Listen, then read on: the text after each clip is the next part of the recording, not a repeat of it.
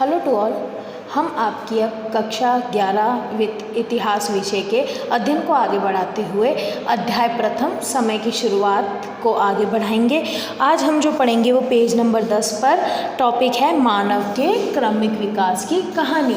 पिछले वीडियो में हमने बात की थी कि किस तरीके से मानव का जन्म हुआ होगा, वो किस तरीके से विकसित हुआ होगा, परंतु उसका विकास किस क्रम में हुआ उसके बारे में अपन अब अध्ययन करेंगे। जैसा कि आपकी बुक के अकॉर्डिंग अगर हम मानव के क्रमिक विकास के बारे में बात कर रहे हैं तो उसका जो पहला बिंदु है जिसके बारे में अपन अध्ययन करेंगे इस चीज़ से संबंधित वो है आधुनिक मानव के पूर्वज।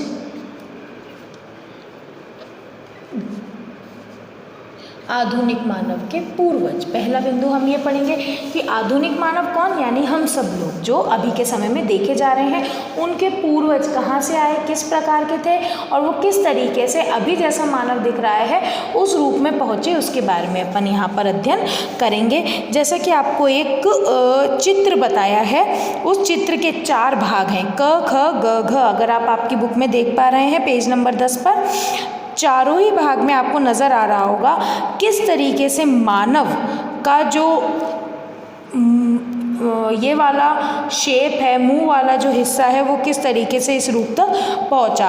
पहले उसका जबड़ा आगे की ओर फैला हुआ था, धीरे धीरे ये अंदर की ओर पहुंचा और अंत में उसका मुख इस प्रकार का हुआ जैसा हमें आज देखने के लिए मिल रहा है। जैसे कि 4 खोपड़ियों में क वाला जो है उसमें मानव का मुख किस प्रकार का था, किस प्रकार की खोपड़ी थी, वानर के आकार की आगे फैली हुई और जबड़ा आगे की ओर।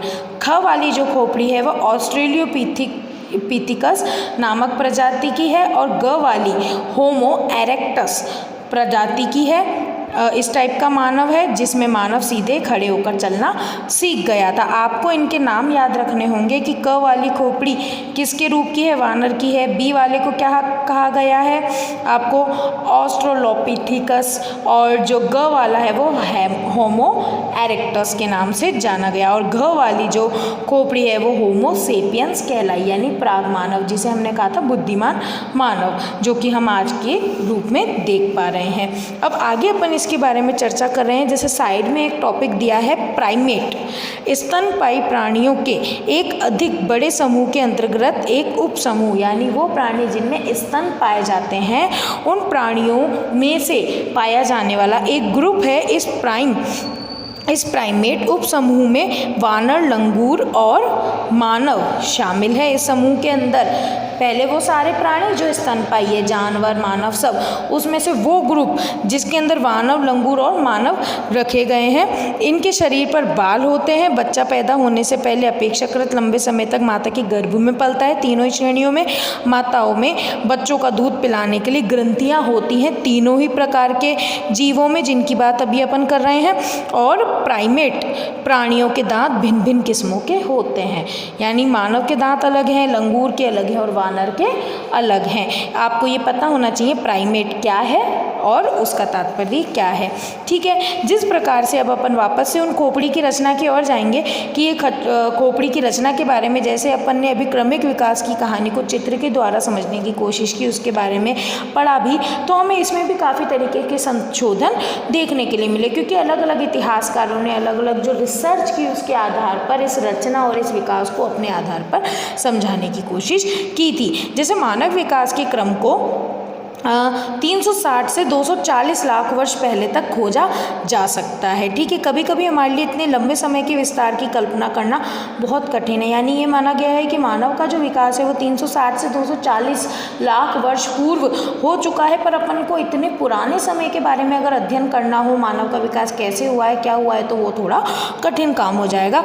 यदि आप अपनी पुस्तक के एक पृष्ठ को 10,000 वर्ष के बराबर माने, ठीक है, और 10 पृष्ठ 1 लाख वर्षों के बराबर हुए, इसी प्रकार से 100 पृष्ठ 10 लाख वर्षों के बराबर होंगे। इस प्रकार 360 लाख वर्षों के बारे में सोचने के लिए आपको 3600 पृष्ठों की पुस्तक की कल्पना करनी होगी। यानी अगर आप एक पृष्ठ को पढ़ेंगे और एक पृष्ठ में मान लो कि आपको 10,000 वर्ष के बारे में बता दिया गया, एक पृष्ठ के अंदर 10,000 वर्ष की कहानी बता दी।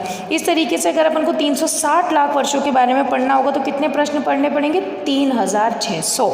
तो यह वह समय था जब एशिया तथा अफ्रीका में स्तनपायी प्राणियों को प्राइमेट नामक श्रेणी का उद्भव हुआ। इस समय में, जिस समय की अपन बात कर रहे हैं 360 से 240 लाख वर्ष पूर्व की बात कर रहे हैं, इस समय में एशिया और अफ्रीका में स्तनपायी प्राणियों का जन्म हो चुका था, जिन्हें हम प्राइमेट के नाम से भी जान रहे हैं। उसके बाद लगभग 240 लाख साल पहले, ठीक है, 240 लाख साल पहले प्राइमेट श्रेणी में एक उपसमूह उत्पन्न हुआ जिसे होमिनॉइड कहा जाने लगा।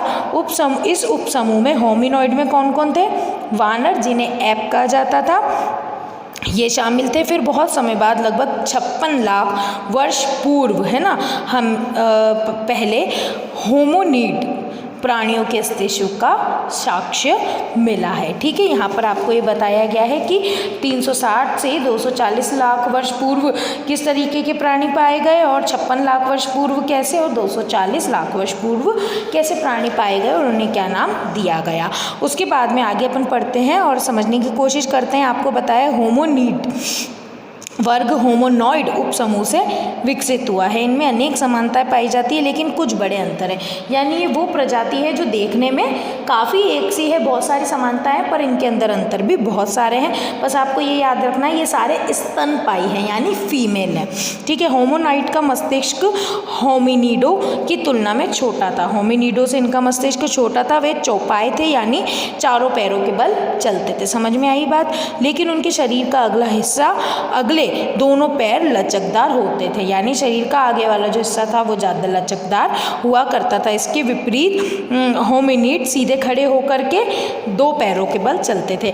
यानी पहला वाला जो वर्ग था वो क्या था आपका, जिसके बारे में अपन बात कर रहे हैं, जिसमें कहा कि चार पैरों से चलते थे, वो थे होमिनॉइड। होमिनॉइड थे। ठीक है, और दूसरी किसकी बात कर रहे हैं अपन? होमिनिडो। होमिनिडो, अगर आप देखोगे होमिनिडो जो है वो होमिनॉइड से ही निकला है, यानी कि पहले जो जीव थे स्तनपायी वो होमिनॉइड के नाम से जाने गए, जो कि चार पैरों से चलते थे, है ना। और ये इसी का विकसित रूप है। जब ये विकसित हो गया तो ये रूप बना, इसमें दो पैरों से चलते थे, ठीक है, और दो हाथों के काम में आया करते थे।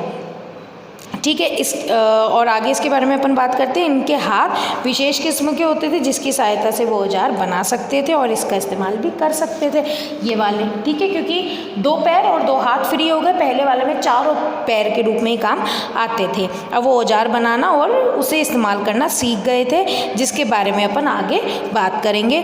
अब आगे और पढ़ के देखते हैं। दो प्रकार के साक्ष्य से पता चलता है कि होमिनिडो का उद्भव अफ्रीका में हुआ था। होमिनिडो का उद्भव कहाँ होता है, कहाँ बताया? पहली चीज़ तो ये पढ़ी, दो पैरों से चलते थे, और दूसरी दो हाथों का उपयोग कर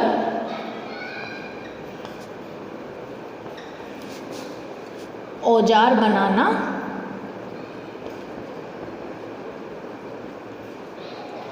व उनका प्रयोग करना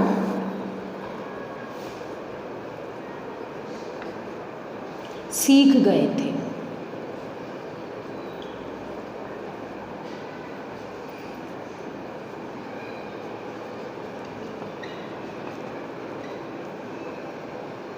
ठीक है, अब इसके उद्भव की अगर अपन बात करें तो कहाँ इनका उद्भव हुआ? सबसे पहले कहाँ इस तरीके के मानव देखे गए? ऐसा माना गया है कि ये इस तरीके के जो जीव हैं वो अफ्रीका में सबसे प्रथम बार देखे गए, वहीं इनका उद्भव हुआ है।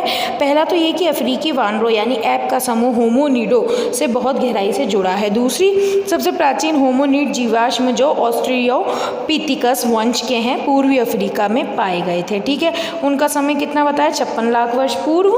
और इसके विपरीत अफ्रीका के बाहर पाए गए जीवाश्म कितने पुराने हैं? 18 लाख वर्ष पुराने हैं। और अफ्रीका में पाए गए जीव कितने पुराने हैं? 56 लाख वर्ष। यानी सबसे पुराने कौन से जीव हुए? अफ्रीका वाले। और अफ्रीका में ही सबसे पहले इस तरीके के जीव पाए गए, यानी इनका उद्भव अफ्रीका माना गया है। अब आपको बताएंगे पेज नंबर 11 पर, जैसे आपको दिन नज़र आ रहा होगा, हाथ का क्रमिक विकास, यानी धीरे धीरे हाथ विकसित हुआ। पहले तो वो पैरों के रूप में काम में लिए जाते थे, फिर जब मानव सीधा खड़ा होने लगा तो हाथों को उपयोग करके चीज़ें बनाने लगा, उनका उपयोग कामों के लिए करने लगा था। जैसे हाथों का क्रमिक विकास कैसे हुआ, इसके लिए भी 3 चित्र आपको नज़र आ रहे हैं। क वाला चित्र है आकृति चिंपैंजी की ठीक व सूक्ष्म पकड़ दिखाती है, यानी कि इस टाइम पर चिंपैंजी टाइप का मानव था, जब वो इस टाइप की पकड़ बनाना सीख गया था। इस पर आपको गहरे बाल नज़र आ रहे हैं। ख आकृति जो है होमिनिड की दुरुस्त और सूक्ष्म पकड़ दर्शाती है।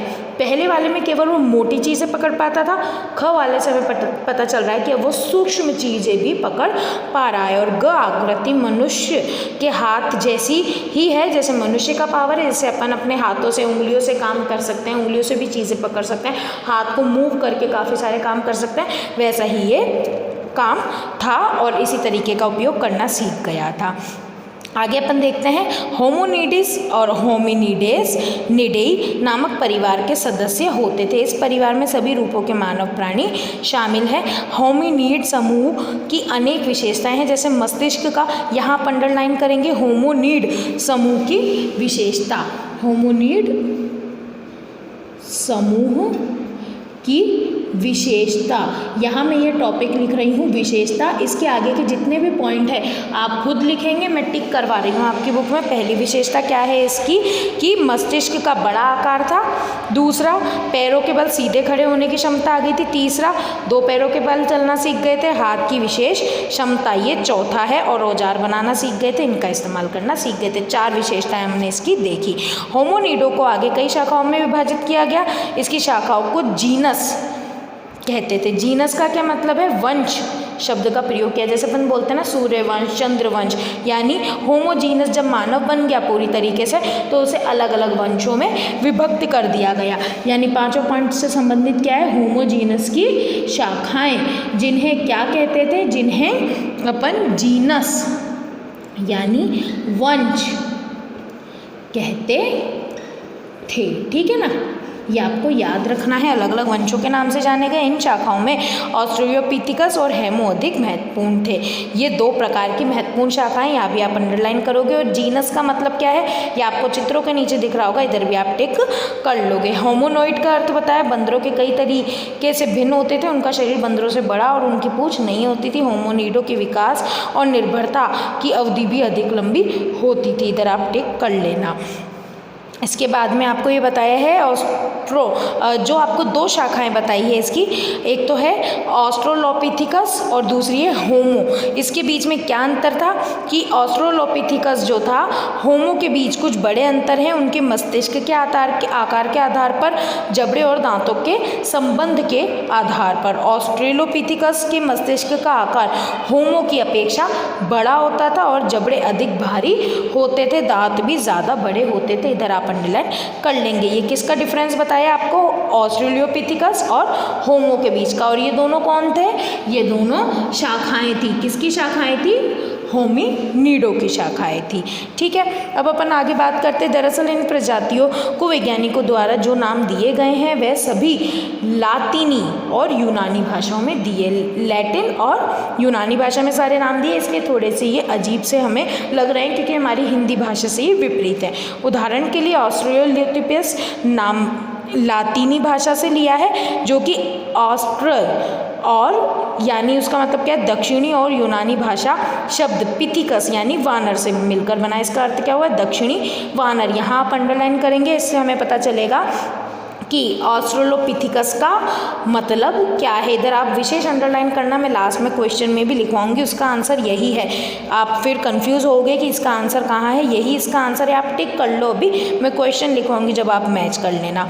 ये नाम इसलिए दिया गया क्योंकि मानव के आद्य रूप में उसका वानर अवस्था के अनेक लक्षण बरकरार थे। जब वो इस रूप में आ गया था ऑस्ट्रेलोपिथिकस के रूप में, तब भी उसमें वानर वाले काफ़ी सारे गुण मौजूद थे। जैसे हेमो की तुलना में इसका मस्तिष्क छोटा छोटा था और दांत बड़े थे और हाथों की दक्षता कम थी, इतना ज़्यादा वो हाथों को मूव नहीं कर पाता था, पर खड़े होकर चलना सीख गया था।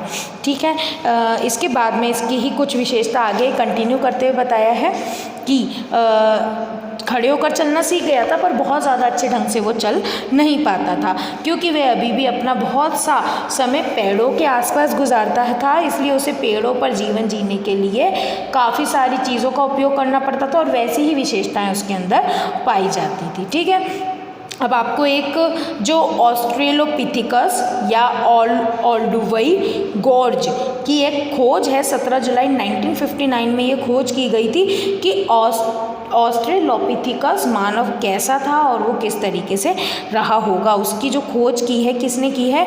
ओल्डुवई गॉर्ज ने। इस पर भी आपको पढ़ लेना है।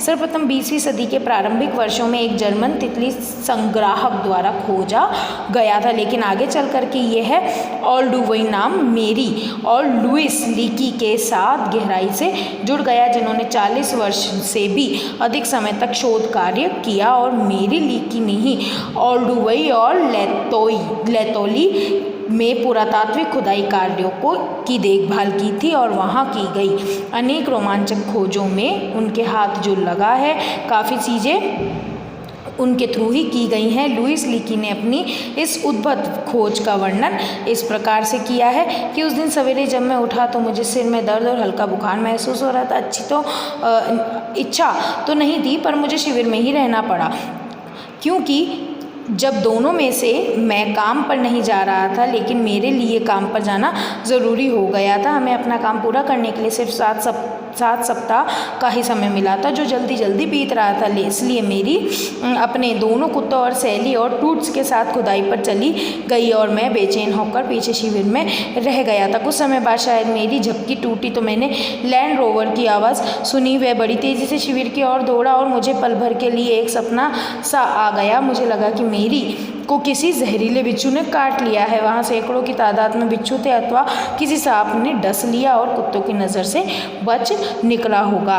लैंड रोवर गाड़ी खड़खड़ाहट के साथ रुकी और मैंने कई बार मेरी ही आवाज़ सुनी। वह बार बार पुकार रही थी, मैंने उसे पा लिया, मैंने उसे पा लिया, मैंने उसे पा लिया। मैं अब भी सिर दर्द से लड़खड़ा रहा था। मैं उसका मतलब नहीं समझ पाया। मैंने पूछा, अरे क्या हुआ, क्या पा लिया, क्या चोट खा बैठी? मैरी ने कहा, उसी को, बस उस आदमी को, हमारे आदमी को पा लिया, उसी की खोज, या उसी को जिसे हम खोज रहे थे। जल्दी आओ, उसे, मुझे उसके दांत मिल गए। यानी जब वो खुदाई कर रहे थे, वो थके थे, वो बीमार थे, पर फिर भी उनके साथी मैरी ने खुदाई की और उसने उस प्रकार के दांत पाए जैसा कि उन्होंने सोचा कि मानव इस प्रकार का रहा होगा। ये उन्होंने एक छोटी सी कहानी के थ्रू आपको समझाने की कोशिश की है। आदिकालीन मानवों के अवशेषों को भिन्न भिन्न प्रजातियों में वर्गीकृत किया गया था। ये जो मानव थे आदिकालीन मानव की श्रेणी में जब पहुँचे, यानी जंगलों में रहने वाली श्रेणी में जब पहुँचे, तो उन्हें अलग अलग प्रजातियों में विभक्त किया। इन प्रजातियों को अक्सर उनकी हड्डियों की रचना में पाए जाने वाले अंतरों के आधार पर एक दूसरे से अलग किया गया। यानी ये जो आदि मानव थे, इनके बीच में विभिन्नताएं कैसे खोजी? जिसका आकार अलग था, हड्डियों के आधार पर उनको अलग अलग श्रेणियों में रख दिया गया था। उदाहरण के लिए प्रारंभिक मानवों की प्रजातियों को उनकी खोपड़ी के आधार पर वर्गीकृत किया गया, जबड़े की विशिष्टता के आधार पर बांटा, और आगे चल करके हमें इसी प्रकार के काफ़ी सारे प्रमाण मिलते गए। अब आपको बताया है सकारात्मक प्रतिपुष्टि व्यवस्था, यानी कि पहले मस्तिष्क का आकार और उसकी क्षमता में वृद्धि हुई, उसी के साथ में उसी वजह से आँखों से निगरानी, भोजन और शिकार की तलाश में लंबी दूरी तक वो लोग चलने लगे। जब वो ऐसा करने लगे तो इसी काम को करने के लिए वो सीधा खड़ा होना और चलना भी सीख गए। इसी के साथ उन्होंने जब सीधे खड़े होकर चलना सीख लिया तो हाथ फ्री हो गए। उन हाथों का उपयोग औजार बनाने और उसका इस्तेमाल करने लगे, और इन सब चीज़ों का मिश्रण क्या हुआ? औजार बनाना वो सीख गए थे। ठीक है, इसके बाद एक उदाहरण है, इसे आप पढ़कर समझिएगा। इसके बाद जो अपन टॉपिक पढ़ रहे हैं, लगभग 25 लाख वर्ष पहले ध्रुवीय हिमाचल से, यानी हिम युग के प्रारंभ में, जब पृथ्वी के बड़े बड़े भाग बर्फ से ढके हुए थे, जब पृथ्वी के बड़े बड़े भाग बर्फ से ढके थे, वो हिस्सा, वो समय क्या कहलाया था? हिम युग। उस समय में जलवायु और वनस्पति की स्थिति में बड़े बड़े परिवर्तन आए थे। तापमान और वर्षा में कमी होने के कारण जंगल कम हो गए थे और घास के मैदानों का क्षेत्रफल बढ़ गया था, जिसके परिणाम स्वरूप ऑस्ट्रेलियोपिथिकस के प्रारंभिक रूप यानी जंगल में रहने वाले मानव अब आदी हो चुके थे जंगल में रहने के लिए, धीरे धीरे लुप्त हो गए, क्योंकि जंगल ही नष्ट होने लगे तो वो मानव कैसे जिएंगे, वो लुप्त होने लगे। उनके स्थान पर उनकी दूसरी प्रजातियां आ गईं। वो मानव जो कि घास फूस या शिकार के आधार पर भी जीवन जीने लगा था, जो कि सूखी परिस्थितियों में भी रह सकता था। पहले वाला मानव ज़्यादा हरियाली और पानी में ही रह सकता था, अब उसकी जो दूसरी प्रजाति आई जो सूखी परिस्थिति में रह सकता था, इनमें जीनस होमो के सबसे पुराने प्रतिनिधि शामिल थे। यानी अब जो मानव जो प्रजाति आई वो जीनस होमो की सबसे प्रारंभिक अवस्था है, जिसके बारे में अब आपको बताया जा रहा है। आगे बताते हुए आपको ये समझाया जा रहा है, होमो जो है ये भी लैटिन भाषा का ही एक शब्द है, जिसका अर्थ क्या है, आदमी। इधर भी आप अंडरलाइन कर लेंगे। इसमें पुरुष और स्त्री दोनों शामिल है। आदमी का अर्थ केवल पुरुष ही नहीं, स्त्री भी है। वैज्ञानिकों ने होमो को कई प्रजातियों में बांटा है और इन प्रजातियों को उनकी विशेषताओं के अनुसार अलग अलग नाम भी दिए हैं। ठीक है, जैसे कि इस प्रकार जीवाश्मों को होमो हैबिलिस, ठीक है, सबसे पहला क्या इसका भाग बताया, वो मानव जो कि औजार बनाने लगा था उसे क्या कहा गया, हैबिलिस। इधर भी आप अंडरलाइन करोगे। वो मानव जो सीधे खड़े पैर चलने लगा था उसे एरेक्टस कहा गया, और वो मानव जो चिंतनशील हो गया था, जो चिंतन करने लगा था, बुद्धिमान हो गया था, उसे होमो सेपियंस का नाम दिया गया था। यहाँ तक आपको अंडरलाइन करना है। इस पर भी मैं क्वेश्चन आपको बना करके आगे आपको ये चैप्टर बताते हुए बताया जा रहा है कि होमो हैबिलिस के जीवाश्म इथियोपिया में ओमो और तंजानिया में ओल्डुवई गोर्ज से प्राप्त किए। इधर आप अंडरलाइन करोगे, दोनों जगहों के नाम हैं। यहाँ पे सबसे पहले होमो हेबिलिस नामक प्रजाति के जीवाश्म मिले। होमो एरेक्टस के प्राचीनतम जीवाश्म अफ्रीका और एशिया दोनों महाद्वीप में पाए गए थे। यहाँ भी आप अंडरलाइन करोगे। कुबीफोरा और पश्चिम तुर्काना, केन्या, मोर, जोकार्तो और संगीरन जावा ये जगहों के नाम हैं। इन जगहों पे भी इस तरीके के जीवाश्म पाए गए। एशिया में पाए गए जीवाश्म अफ्रीका में पाए गए जीवाश्मों की तुलना में परवर्ती काल के, यानी एशिया में जो जीवाश्म पाए गए वो अफ्रीका की तुलना में और भी ज़्यादा पुराने हैं, और भी ज़्यादा नए हैं। इसलिए यह अधिक संभव है कि होमोनिड पूर्वी अफ्रीका से चलकर दक्षिण और उत्तरी अफ्रीका की ओर पहुँचे होंगे। दक्षिणी और पूर्वोत्तर एशिया और शायद यूरोप में भी 20 से 15 लाख वर्ष पहले आ गए, क्योंकि अफ्रीका में जन्म हुआ वहीं सबसे पहले पाए गए। फिर वहाँ से चलकर वो आगे निकलने लगे भोजन की तलाश में, इधर उधर भटकने की तलाश में, पानी की तलाश में, रहवास की तलाश में। वो चलते गए, उनके कोई स्थिर स्थान निवास नहीं हुआ करते थे। वो चलते चलते कहाँ पहुँचे, एशिया की और एशिया के दक्षिण भाग में और पूर्वोत्तर भाग में। तो ऐसा माना गया कि लगभग 20 से या 15 लाख वर्ष पूर्व वो एशिया तक पहुँच गए थे। ये प्रजातियाँ लगभग 10 लाख वर्ष पहले तक जीवित रही। इस टाइप की प्रजाति कब तक जीवित रही थी, 10 लाख वर्ष पहले तक जीवित मानी गई है। कुछ दृष्टांतों का मतलब जो देखा गया, पाया गया, उसके आधार पर जीवाश्मों का नामकरण उनके स्थान के आधार पर किया गया। इन जीवाश्मों का नामकरण कैसे किया गया, जिन जगह पर ये पाए गए उनके जगहों के नाम पर ही इनका नामकरण हो गया था। जैसे कि जर्मनी के शहर हाइडलबर्ग में जो जीवाश्म पाए गए उन्हें क्या कहा गया, होमो हाइडलबर्गेसिस। ठीक है, नियंडरी घाटी के पास पाए गए जो जीवाश्म थे वो क्या कहलाए, नियंडरथलेसिस। इधर आप अंडरलाइन कर लोगे। यूरोप में मिले सबसे पुराने जीवाश्म, जो यूरोप में सबसे पुराने जीवाश्म मिले उनको क्या नाम दिया गया था, हाइडलबर्गेसिस और होमोनिडियरलेंसिस। ठीक है, ये थे। इन दोनों ही होमो सेपियंस प्रजाति के, ये दोनों कैसे प्रजाति के जीवाश्म हैं, कैसे जीव हैं, ये होमो सेपियंस यानी बुद्धिमान मानव। हाइडलबर्ग मानव दूर दूर तक फैले हुए थे। ये जो प्रजाति है होमो सेपियंस की, ये दूर दूर तक फैले थे, यानी काफ़ी स्थानों तक जा चुके थे। उनके जीवाश्म कहाँ कहाँ मिले, अफ्रीका में, एशिया में, यूरोप में भी ऐसे ही मानव के जीवाश्म पाए गए।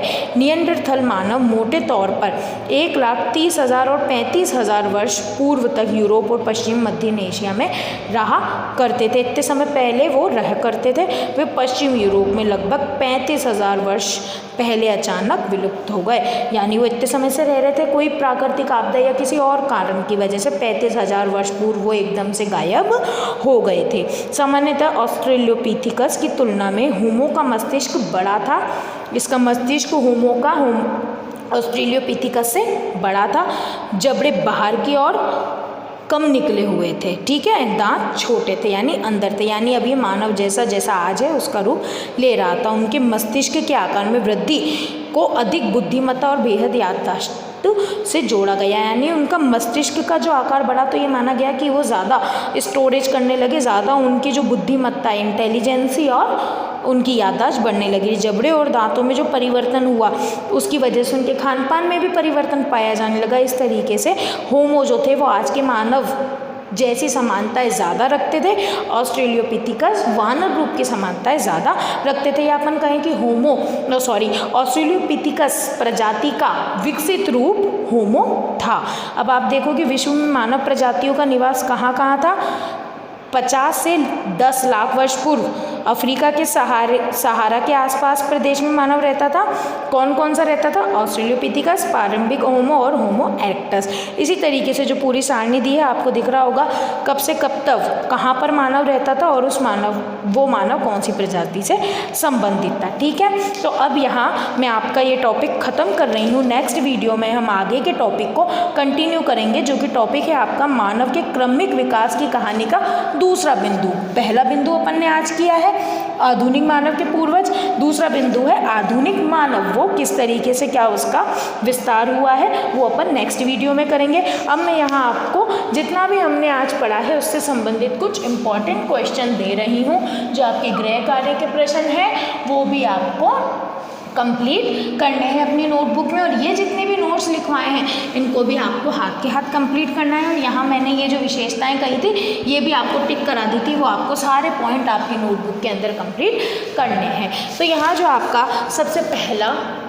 अभी अपन जो स्टार्ट कर रहे हैं चीज़ वो है महत्वपूर्ण प्रश्न, या हम ये कह सकते हैं यही आपके हैं गृह कार्य प्रश्न, ठीक है।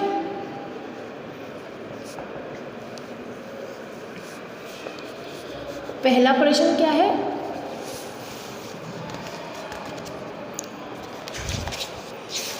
इस टॉपिक से संबंधित जो भी चीज़ें अपन ने आज पढ़ी हैं, सबसे पहला प्रश्न आपका बनेगा प्राइमेट क्या है।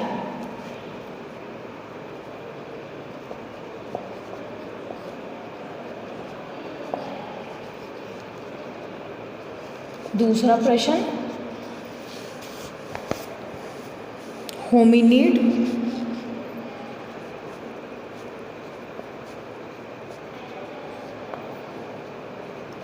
से आप क्या समझते हैं?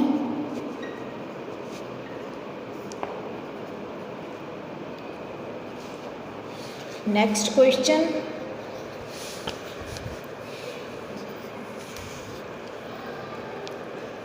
जीनस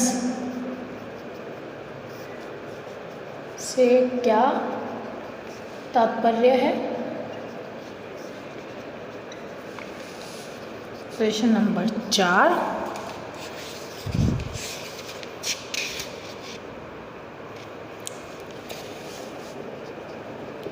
ये मैंने आपको कहा था अंडरलाइन कर लें आप, ये है उसका क्वेश्चन। ऑस्ट्रेलोपिथिकस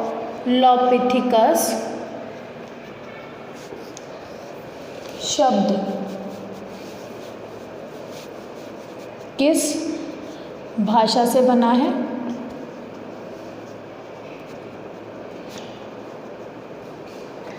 वह इसका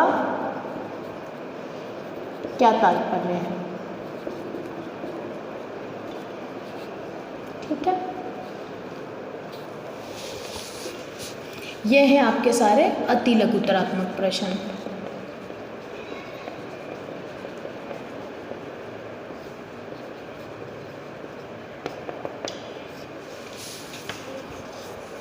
अब आएंगे आपके लघुतरात्मक प्रश्न।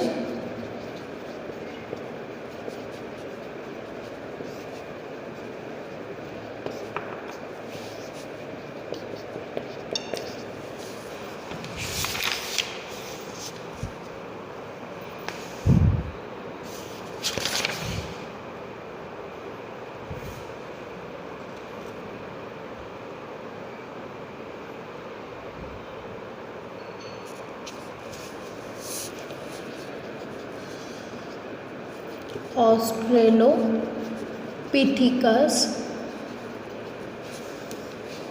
प्राणी की विशेषताएं बताइए।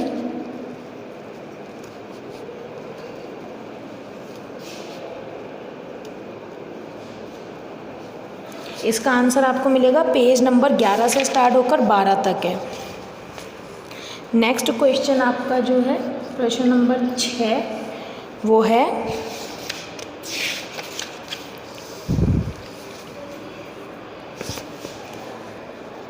होमो का अर्थ बताते हुए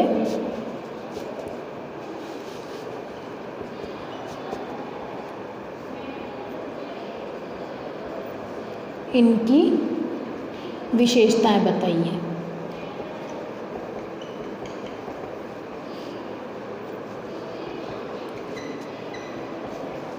इसका आंसर आपको मिलेगा पेज नंबर 14 पर।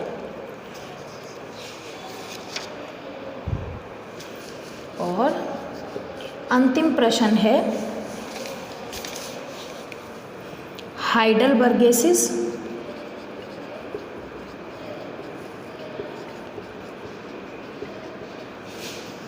एवं निएंडर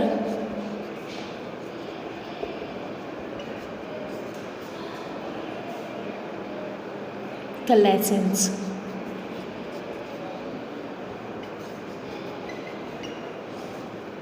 में क्या अंतर है?